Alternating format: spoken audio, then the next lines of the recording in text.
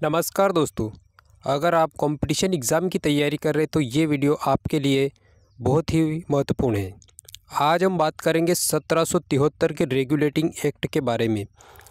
भारतीय संविधान का विकास किस प्रक्रिया के दौरान हुआ, किस किस प्रकार के एक्ट भारत में ब्रिटिश शासन के द्वारा लाए गए और उसके द्वारा भारतीय संविधान का विकास होता गया, इसी के बारे में आज चर्चा करेंगे। तो आज का हमारा टॉपिक है 1773 का रेगुलेटिंग एक्ट। भारतीय संविधान का जो विकास क्रम है वो 1773 के रेगुलेटिंग एक्ट से प्रारंभ होता है। रेगुलेटिंग एक्ट 1773 को एक विधेयक के रूप में ब्रिटिश संसद में लॉर्ड फ्रेडरिक नॉर्थ द्वारा प्रस्तुत किया गया था। इसके साथ ही भारतीय राज्यों पर संसदीय नियंत्रण का प्रारंभ हो गया 1773 के रेगुलेटिंग एक्ट के द्वारा ही माना जाता है। बात करते हैं अपन अगले टॉपिक के बारे में। तो अगला तथ्य क्या है, रेगुलेटिंग एक्ट के बाद बंगाल के गवर्नर को कंपनी के संपूर्ण भारतीय क्षेत्र का प्रथम गवर्नर जनरल बनाया गया। प्रथम गवर्नर जनरल वारेन हेस्टिंग को नियुक्त किया गया था। इसके बाद 1773 के रेगुलेटिंग एक्ट द्वारा भारत में ब्रिटिश मंत्रिमंडल द्वारा ईस्ट इंडिया कंपनी के कार्यों को नियमित एवं नियंत्रित किया गया। इसमें पहली बार कंपनी के प्रशासनिक और राजनीतिक कार्यों को मान्यता मिली और इसके द्वारा भारत में केंद्रीय प्रशासन की नींव रखी गई। इसके साथ ही 1773 के रेगुलेटिंग एक्ट द्वारा मुंबई, मद्रास की प्रेसिडेंसियों को बंगाल के गवर्नर जनरल के अधीन कर दिया गया। इसी एक्ट के द्वारा कंपनी ने ब्रिटिश सरकार से 10 लाख पाउंड का कर्ज मांगा था। इसके साथ ही यह एक्ट 1774 ईस्वी में लागू हुआ था। दोस्तों, यह एक्ट 1773 का रेगुलेटिंग एक्ट है, लेकिन यह लागू 1774 में हुआ था। बात करते हैं इससे जुड़ा दूसरा तथ्य, 1773 के रेगुलेटिंग एक्ट द्वारा गवर्नर जनरल की सहायता के लिए 4 सदस्यों की परिषद बनाई गई थी। परिषद सहित गवर्नर जनरल को अध्यादेश जारी करने का अधिकार प्रदान किया गया था। अगले फैक्ट के बारे में जानते हैं।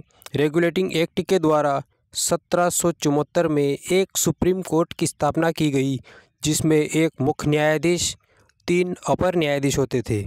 इस सुप्रीम कोर्ट की स्थापना भारत के कोलकाता शहर में स्थापित की गई थी। सुप्रीम कोर्ट के निर्णयों के विरुद्ध अपील प्रीवी काउंसिल में की जाती थी। किस में की जाती थी? प्रीवी काउंसिल में। 1774 में स्थापित सर्वोच्च न्यायालय के प्रथम मुख्य न्यायाधीश सर एलिजा इम्पे थे।